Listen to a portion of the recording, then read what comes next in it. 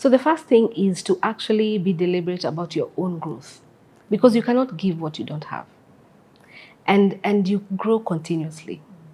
You need to reach as far as possible, as wide as possible, and just keep being curious about what else, what next, what other thing is out there.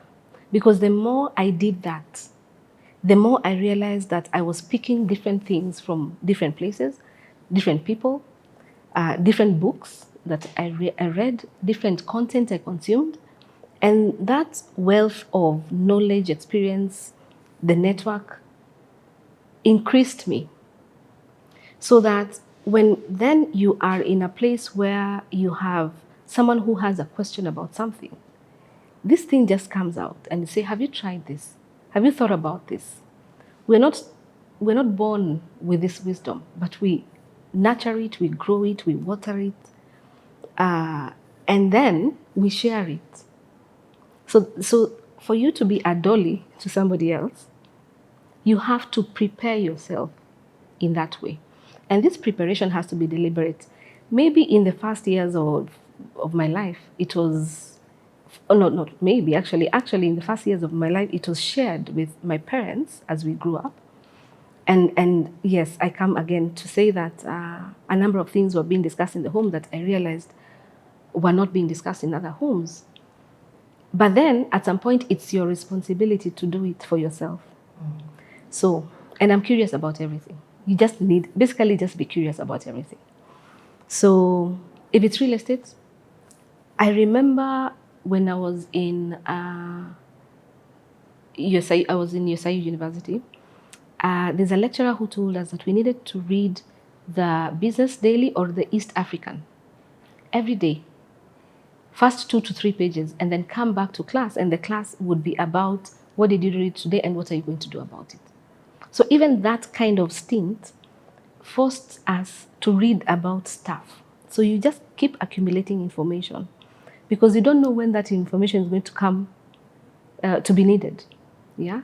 So when somebody like Kendi now then comes, and the first question that Kendi asked me after her first pay slip was, how come I didn't get my car allowance? To her, it's one question. To me, a number of things were triggered. Yeah. But then I needed to first answer her question. Go like, okay, you can't get the car allowance because you need to have a car. But then I didn't stop there. It went, have you tried this? Do you know about this? What do you do with your money? Then the conversation just starts. Yeah. Because of everything else, because of everything that I have consumed, digested, tried out, experimented, watched others do, succeed, do, fail. And then the most important thing is, some people can do all this and keep it to themselves. The most important thing is then you share it. Then you go and add value to somebody else. So for you to be a dolly, for you to prepare yourself to be a dolly, you have to desire growth for yourself. You have to desire growth for yourself, and then you have to have a structure that gets you to understand what growing this year looks like, growing next year looks like, what 5 years from today looks like. Then you get into a path, and once you kind of like focus on that, you will see, I need these people, I need to read these books, I need to consume this content, I need to go to these places, I need to get uncomfortable, I need to move to discomfort and be stretched. Then you do that continuously, and then you have a lot that you can share with others. Just to stick to this conversation of desire growth for yourself, what does it look like at different stages of your life? I liked when you talked about the parenting, where it is the parents who are pouring into you. Then it hits a point maybe when you enter some certain level of education where you're beginning to pick. Just give me a quick glimpse of what it looks like. Yeah. Maybe, because are you still desiring growth at this age? Oh yes. It doesn't stop. It never stops, for sure. So I was sharing with somebody who I was having lunch with earlier that this growth conversation happened in our home every January 1st. My dad would cook on January 1st. Maybe he cooked 2, 3 other days of the year. But the ones that we remember was on January 1st. As a child, I remember he would put the apron on and make a brunch, cook brunch for us. Sausages, ham, whatever. Then we serve a nice long brunch, and then he'd go and take a nap. Then he'd come back and say, now let's talk about your goals for the year. And every time we would talk about how did last get the notebook that you wrote the ones for last year, and let's look at the ones for this year. So I grew up knowing that you cannot start a year without that kind of conversation. And that is growth. That is a growth conversation. It might not have come fancy and all that. There are many words for it today. But we were very conscious that, we'd sleep at midnight and go Happy New Year, firecrackers here and there. Then we sleep late, wake up late. He does the brunch, and then we have the conversation. Now, how does growth look like when you're young? And if you're a parent who's watching this, just put that kind of structure with the children, no matter how young they are. That's where you get started with, birthing dollies, if I could say that. But then now when it turns and it is you who's responsible for it, I think when I was growing up, there was no formula. But now, because I'm coaching this now to young people, I've kind of put a formula for them to take up, right? So first of all, very clearly, yes, every year you need to have something that you're looking and aspiring for. But besides that, I use now, just so that we have good enough structure, 2 tools. The first tool is the wheel of life. Because where are you growing in your area? And you have to have balance. So the wheel of life has 8, it's like a pizza with 8 pieces, right? Mm-hmm. So there is your financial growth, financial growth. Career and finance comes together. There's spiritual. There's your personal growth, like personal development. It could be your attitude. It could be your outlook in life, something. There's your wellness, health, whatever. There are 8 of them. And I've taken my children through this since they were, I think, 7 or 8, when they could, communicate 2-way. Like, what are you going to do about your relationship with God? That is one aspect. What are you going to do about your grades? For them at that young age, it's the personal development part is school. What will you do about that? And you break it down. As they grew up, they started leading these conversations on their own. So as we grew up into our teens, and I will focus on the 20s, because that is really where I feel like, it must be unlocked. With a structure and with a support group, the right team around you, you can actually be deliberate about your growth and understand when you're getting stuck. And it is okay to have seasons of pause.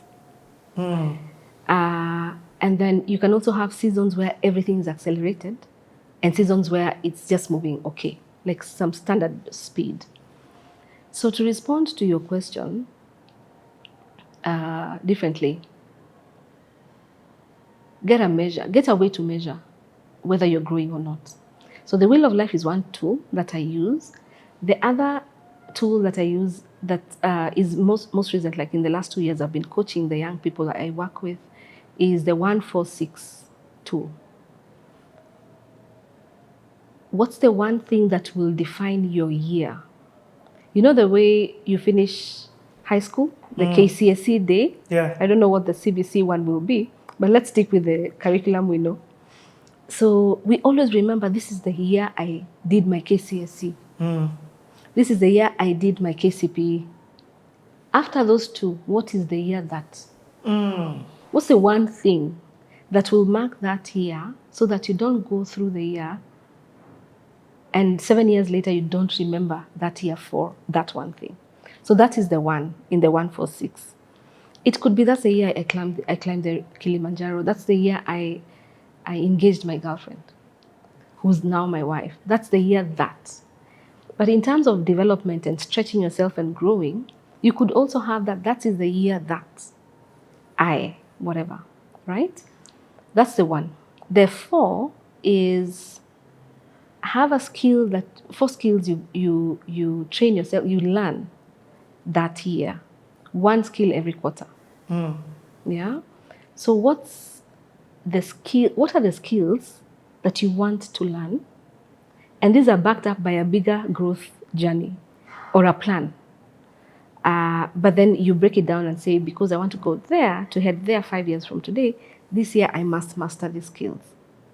So quarter 1, I'm going to do the skill. Quarter 2, quarter 3, quarter 4. This is what I tell those in their 20s. So that they understand it doesn't come automatically. It's not magic. It's not a switch. It's work, yeah, and intentional work. And the 6 is 6 mini adventures, one every 2 months. 6 mini adventures. One every 2 months. What does that look like? It could be fun. It could be that, I'm just going out, I'm having fun with people, etc. It could be a big thing. It could be a small thing. It could be there's one mini adventure I desire for myself. I would like, all these expressways and bypasses and all that has been built. I haven't gone through all of them. One of the mini adventures I look forward to is to actually have somebody who, first of all, knows how to get into and exit all of them without, us doing loops. And we go and understand how did this whole road network that we have been reading about get structured, and how does it look? That could be a mini adventure. And I tell you, even as simple as that sounds, when you go through that drive, you're going to see something, you're going to have a conversation, and something is going to be triggered in your mind. And you just don't know, again, as I said, when that is going to be used, when that knowledge is going to be used, and who's going to come in your space, ask you a question and go like, oh, by the way, I went to that side of Nairobi, and what you want to know about, you just don't know. So 6 mini adventures that could be either complementing your overall growth journey or just satisfying your curiosity. Man, this is such a powerful conversation. I love it. Point number 1 on the how is internal, personal growth for yourself. So you can't be a Dolly unless you first start by working on yourself. We're taking a short break. We're coming back with the second point. Yeah.